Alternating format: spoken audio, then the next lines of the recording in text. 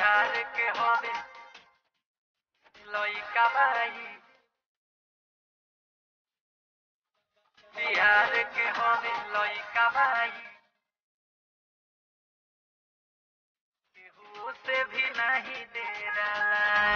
Tuition में गर्दा उड़ैले बा, नाम अपन बड़ी कइले बा। अरे सुना तारा हो, ट्यूशन में गर्दा उड़ैले बा, नाम अपन बड़ी कइले बा। इहे बात के सगर बहाला, हबी राजकुमार लइका बाई, सरजी से भी नहीं डेराला। तो बिहार के हवे लइका बाई, केहू से भी नहीं डेराला।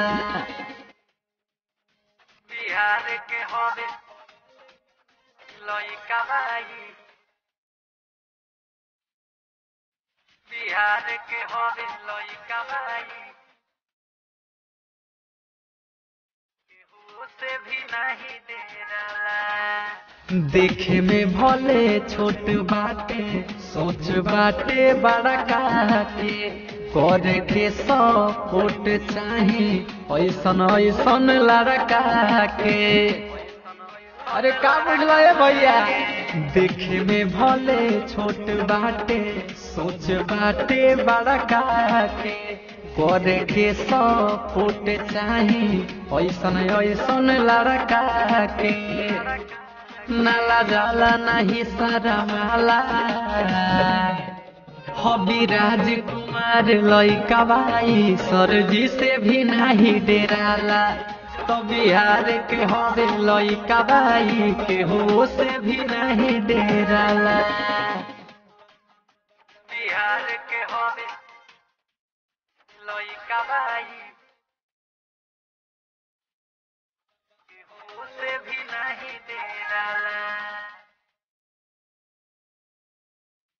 बिहार के हवे लइका बाई, अशोक आशिक लिखेले गाना, गावेले रोहित राजा हो।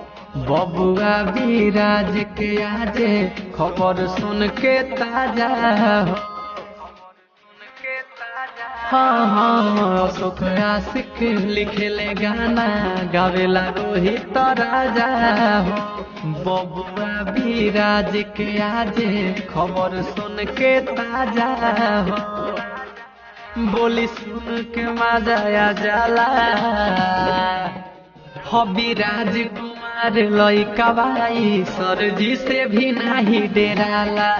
तो बिहार के हवे लइका बाई, केहू से भी नहीं डेराला। जय हो बिहार, जय हो।